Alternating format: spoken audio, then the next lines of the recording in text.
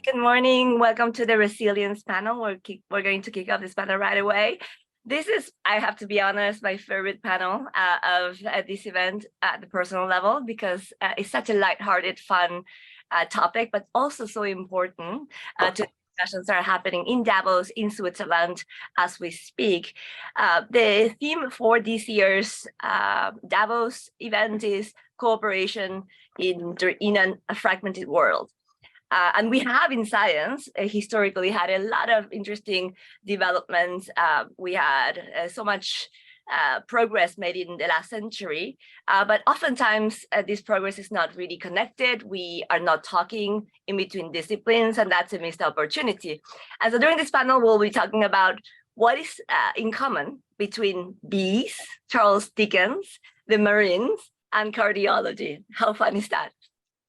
Without further ado, I would like to introduce the panel. My name is Rebeca Hwang. I'm the managing director of Kalei Ventures. I'm an investor by day, but also I'm a professor of practice at Thunderbird School of Global Management. And we have a co-host here, Fernando. I am. My name is Fernando Garibay. I am founder of the Garibay Institute and Center, in which we teach global leaders creativity as a skill, and we also happen to make hit records with pop stars. And one of the most famous ones to have yet was Born This Way with Lady Gaga, correct? Correct. Yeah, we have had a few, my career, quite a few amazing artists, premier artists, Lady Gaga, Sia, Shakira, Whitney Houston, Paris Hilton, and also I can go on all day on the artists that I've worked with. But it's not about you; it's about the panel. So I'm gonna move on to the panelists. Okay, so let's start with Dr. Jean Robinson, who's here as the expert on genetics, epigenetics, and also the world of bees. Tell us more about you and your institute. Yeah, my name is Jean Robinson. I'm really delighted to be here. I'm the director of the Carl R. Woese Institute for Genomic Biology, a team science institute that uses genomics to address grand challenge problems. In my own laboratory, I study honeybees. I've been working with honeybees for 40 years now. And my lab studies how the tiny brain of the honeybee produces big-time social behavior. And we do that by studying the genes inside the brain and how they work together in networks. Thank you, Jean, for joining us today. Dr. Oscar Benavides. He's the head of pediatric cardiology in Mass General, which is one of the largest hospital systems in the East Coast of the United States. He's actually in the middle of saving lives, and he's making time to join us today. Oscar, tell us more about your background. Thank you and good morning. Again, I'm Oscar Benavides. I'm the chief of pediatric congenital cardiology at Massachusetts General Hospital. I'm also the executive director of the pediatric heart surgery and cardiac catheterization program. In addition, I'm the chief diversity officer for the Hospital for Children. Recently, I completed an MBA from MIT to develop skill sets in innovation and entrepreneurship. And I think we're here to talk about the nexus of what I've learned about the human heart and the dynamics of the entrepreneurial world. Thank you. We see that you're still in your hospital outfit, so we're not taking you away from saving a kid's life right now. But talking about impact on people's lives, I want to introduce you to Mike Sherbakov, who's a former Marine, and now he is working with veterans in supporting and providing capital to some of the best startup ideas in the world. Mike? That's right. Thank you so much. I'm very happy to be here. I'm Mike Sherbakov. I'm the general partner at the Veteran Fund. We're an early stage venture capital fund backing technology companies led by veterans. So we like to write checks into the pre-seed and seed stage. And we have a focus on dual use technology, which means that there's a government and commercial application. And as Rebeca said, I spent 5 years active duty as a Marine, so excited to kind of talk about and explore the connection between the military world and the intersection there as it relates to entrepreneurship, mindset, and accomplishing a mission with resilience. Fantastic.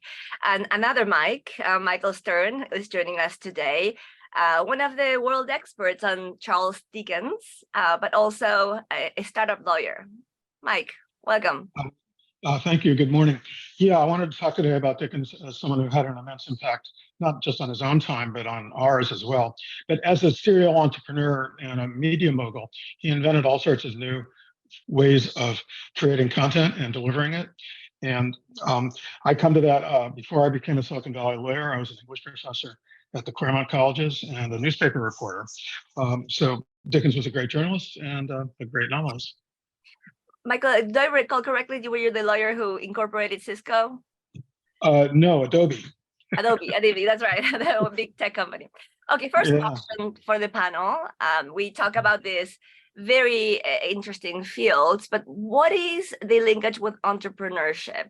Tell us some specific examples on how you may find entrepreneurial mindsets or behavior in the subject that you study. So let's start with Jean. Sure. Entrepreneurial. Yes. Well, let's think about the honeybee colony. In a single colony, there are tens of thousands of individual bees, and they need to work together in order to survive. Survival, as we all know, is a pretty good incentive to force cooperation. So they're working together. That said, there's some bees in the colony that march to a different drummer. They, for example, when honeybee colonies reproduce, the way they do that is by splitting in two. And they, to do that, part of the colony needs to find a new location to live in. They need to find a new house. Where to look? There are many places out in the environment for a new beehive to live.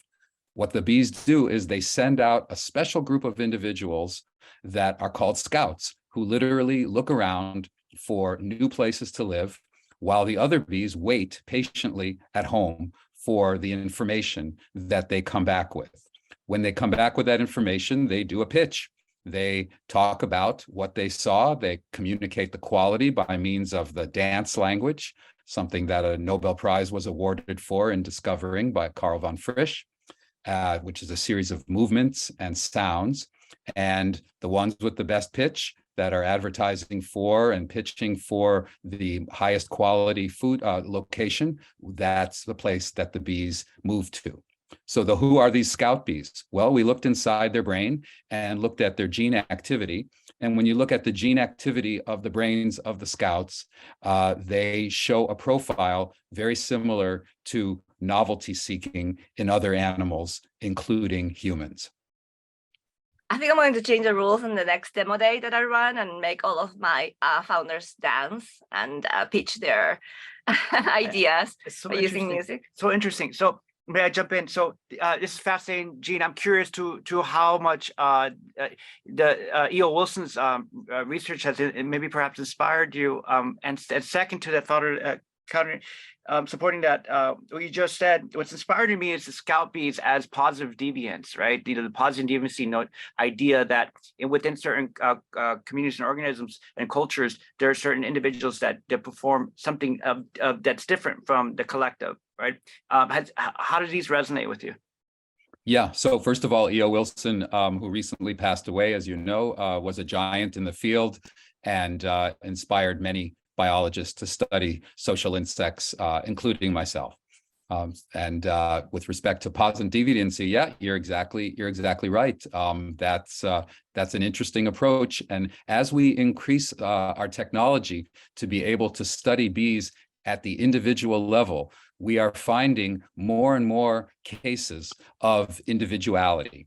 And it's a growing area, and I think it's really going to be very exciting to study, to identify them, and then understand what makes them tick using the new tools in genomics. That's absolutely fascinating. Oscar, you study the heart, you study the human body. Tell us about what is entrepreneurial, about some of the processes that you observe.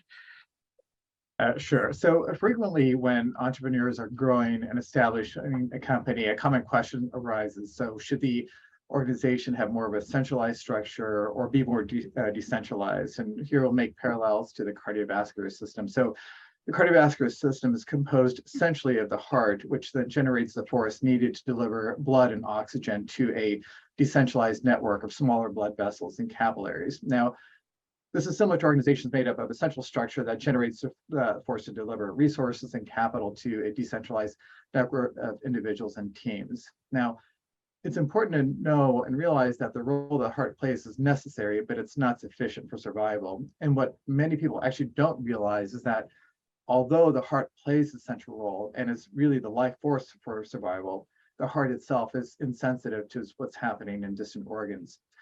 So the heart is really only part of the larger cardiovascular system, and it does rely on this decentralized network of capillaries, both to sense and adapt to the sudden demands of blood or oxygen based on the local environment. And so having dysfunction in either the heart or the capillaries and blood vessels both contributes and leads to illness and death. And just to make the tie to organization, so this is similar where you have a central or senior leader as an entrepreneur who is clearly important for survival, but it's both insufficient for that company's survival. And that this decentralized network of individuals and teams played a critical role in both sensing what's going on in the environment and responding to conditions. You say, Dr. Oscar, that the heart is insensitive? Yes, maybe a counterintuitive notion to say the heart's insensitive, but that's in fact correct. The heart really has no ability to understand what's going on in local environments and different organisms. That's so interesting. So like this is really fascinating. This idea, one is, how do you feel about the idea of emotion and emotion locality, right? So throughout history of different cultures, always suggested the heart is the center point of emotions, right? But then you get to the neuroscience version of this interpretation, and it's limbic based, right? So how do you think this came about? And maybe we're at the point now where, this is me suggesting, but maybe we're at the point now in which we do actually, there's some relevant research showing that there is some sort of hormonal or emotional expression of the heart, right? Physiologically and cognitively. What's your interpretation of that? Yeah, right. So the heart makes everything possible. And so without that central force, we can measure its blood pressure or whatever you want to measure it. That's what's central, to all of our survival. And in which case, I think that's where the direct parallels are meant for emotion, feeling, digging deep within you. It's also the only organ that you could really feel, on the outside, and feel it moment to moment, respond to what's happening. Interesting. So it is a direct, like almost a barometer and a litmus at the same time of your expressions, right? Of your emotions, right? So it's a physiological, it's the most obvious physiological response to an emotion, right? Because what we can't feel, our brain, right? That's absolutely right. And just to give you a phrase, so whenever we are walking into a situation where there's a medical emergency, what we train our young doctors is the first thing is to check your own pulse. Of course. So the next song you'll write is not going to be about "You Broke My Heart." It's going to say "You Broke My Decentralized Limbic System." No, okay. Yeah. I'm just kidding. All right, let's move on to Mike Sherbakov. When we think of the Marines and military, we think of this really rigid, structured rule system, right? And norms that you have to respect in that institution. What are some of the examples of entrepreneurial behavior, the linkages that you can see with entrepreneurs, founders that now you see pitch every single day?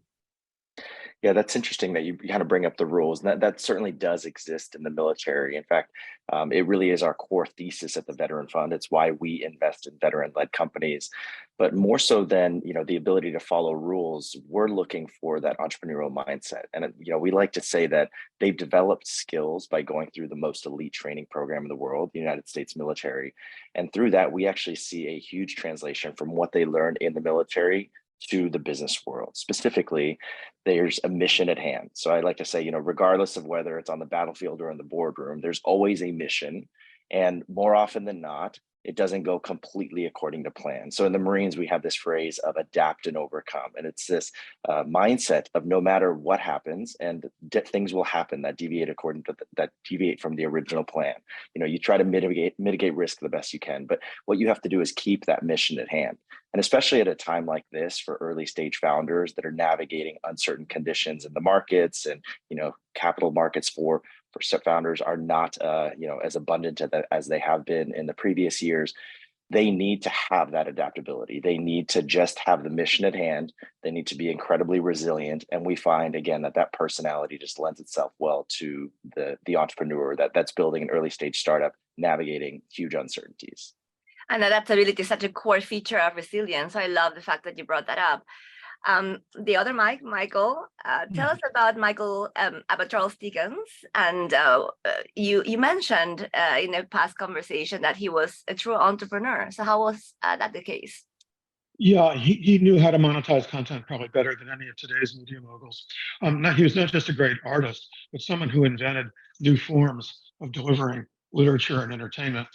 He invented the serialized novel. He founded his own newspapers and magazines to host his own work, as well as that of other great 19th century writers. He gave these tours where he read scenes from his great novels. It prostrated people in the aisles and made millions of dollars in contemporary terms. That was a new form of entertainment. He had merch. He had the whole spectrum covered, and you could think of him. And this is Rebecca's notion, that he was one of the first influencers.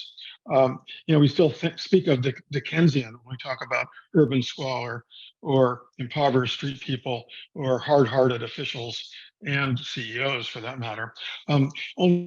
Only Shakespeare contributed more phrases and words to the English language than Dickens. And if you think about his characters, they're immortal. Oliver Twist and Scrooge are the most adapted characters in all of global culture, from India and other former English colonies through Africa. He was a public intellectual who campaigned for reforming the injustice of Victorian society.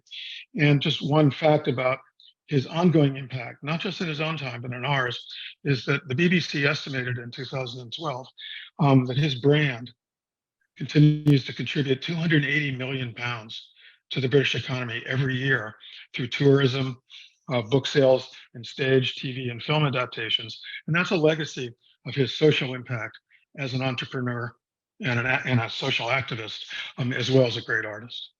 So I have a question that's the fun question, because he knew how to monetize content so well. If you were to choose one book out of the library of this very prolific career as a writer, and you could send a Christmas gift to Elon Musk to inspire ideas on how to monetize Twitter, which book would you give him? Christmas Carol. Of course. And why? Now you have to explain why. Okay, let's let the audience figure it out. Yeah, they can figure it out. Okay, now, second set of questions is really how this all interconnects. We are facing the fourth industrial revolution, the complex problems that we're facing in the environment, world conflicts. We have crazy technological change, behavioral change, consumer behavior that's also evolving over time. We also have moral standards that are changing on a daily basis. And so a lot of us are trying to understand how to cope with it and face these challenges with creativity. So what are some of the ideas or reasons why these disciplines should be connected, and you, the four of you, should be talking to each other? Who would like to start? I'm happy to jump in and just, the thing that comes to mind for me is the parable of the blind men and the elephant. And if someone isn't familiar with it, the concept is, one blind man feels the ear and says an elephant is like a palm leaf. Another one feels the leg and says an elephant is like a tree trunk. Another one feels the tail and says it's like the end of a broom. And the reality is that they are all correct. And I think in order to solve some of the biggest challenges that we have facing the world today, it's actually important to ask the important questions and have a more comprehensive understanding of what the problem is at hand. So almost like the blind men, I'm not trying to call any of us blind here, but we need to understand the challenges that we're facing and approach them and bring our unique experiences, perspectives, and understandings in our respective disciplines and worlds to the table, so we can really understand the problems and challenges first and then come up with creative solutions. Mike, actually, we are blind, so we have a limited perception, right? And some will argue with that our brain is a filtering system, right? So I think you're absolutely right. And how I see the linkage here is one, creativity is based on orthogonal connections, right? Seemingly non-related connections. But what I figured out is working with global leaders is, so I guess I succeed when I put myself in where I'm the dumbest person in the room, right? And what I've learned by that is, in being the most inequipped cognitively, I would say, in the room, and that's when I've succeeded as a metric for me for my success, is then I therefore can draw to ask some very effective questions, right? And one question that I ask global leaders that I think gives us some context, gives me some context to how we're all related, is I ask, how do you solve problems? And a consensus of the answer that I get, I can sum it up in, to solve problems, they ask themselves whether you have a complexity question or a complex question, right? And so is it a complex problem you're trying to solve or a complexity problem you're trying to solve? You see, complex problems, well, complicated problems have answers to which the questions you already answered, they exist, right? So solvable pieces. Complexity problems, you have questions you don't know what the questions are yet, right? Unknown variables, right? In order to get to the unknown variables and get to these questions, it takes diversity and diversity of thought. And I think this is the thread between this whole panel here that I draw fascinating. I mean, my ear is like perked up to everybody here because there's so much I can learn from each person. And especially when we are drawing conclusions and parallels and connections through entrepreneurship between the four fields. I want to touch based on the topic that's been fascinating to me, gene epigenetics. I read recently that they have been able to reverse aging in mice, and that's a very interdisciplinary effort. And so could you tell us more about genetics, epigenetics, what you learned from bees, and some of the lessons we may be able to draw for the world of entrepreneurship? Yeah, so epigenetics is all about giving our DNA flexibility. So we think about our genome as a, quote, blueprint. Blueprints don't sound very flexible. They would not serve to sustain life on this planet, which is all about resilience and all about adaptability, responding to change. So there is a system that's baked in to biology, which is called, as you said, epigenetics. And epigenetics allows the environment to reach in, get under the skin, and change the way genes are active, when they're active, how active they are. And that allows essentially a reprogramming. So if you think of DNA as the hardware, epigenetics is the software, and provides for that kind of flexibility. What one then sees is that it's possible, as these really brilliant scientists working on this aging project have done, is to show that even something that seems to be preordained as aging has unusual flexibility. We've also seen this in the honeybee colony. When you have a situation where bees need to step out of their normal role, they can do so for the good of their colony. So young bees work in the hive and older bees forage. If there is a shortage of young bees, then some of the bees, instead of growing up to forage, will remain as young bees and keep taking care of the babies rather than graduating to become a forager. If you have a calamity that leads to the elimination of the nurse bees, the young bees, some of the foragers will even go back in time and become young again and take over those jobs. I think there'll be turned out to be some very interesting linkages between the mouse work and the honeybee work. And it really does come down to what you just said, which is epigenetics, nature's resilience force. Is my conclusion then that if I want to have longevity as a manager in a startup, I have to fire all of the young people who are coming in to work for me? Well, we probably should have to talk about that. Oscar, there are some really interesting parallels between, how the heart works with tissues in terms of scarcity. We are in the middle of a recession. The recession is likely to get worse. And you mentioned once about the concept of inflammation when the heart brings back resources to some of these tissues. Can you explain that concept to us? Because it's so relevant to what we're living right now.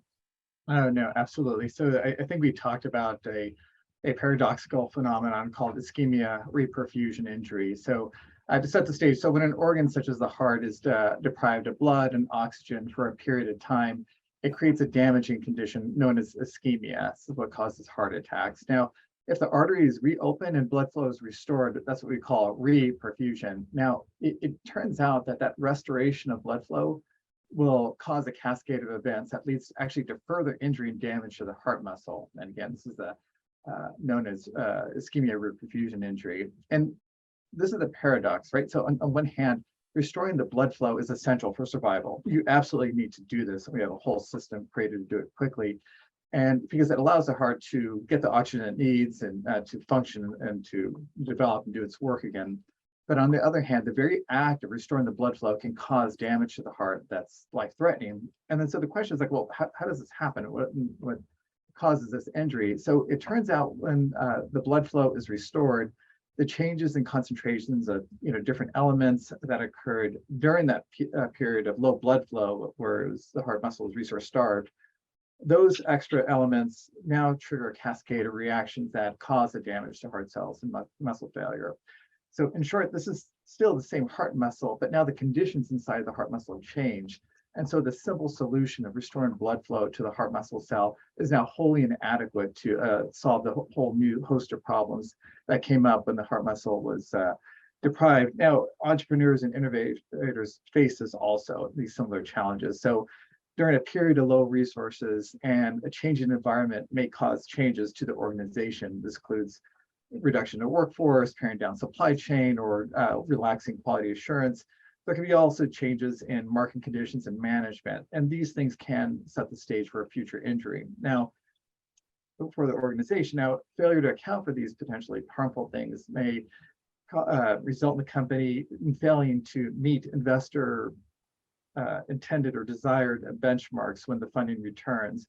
And this in part happens because the pressure to perform is great, and the much desired influx of resources can basically lead companies to overlook and underinvest in solving these maladaptive changes. So I think those are the parallels that seem to go together well, that I think can be intuitive in certain realms, but a little bit harder to see in others.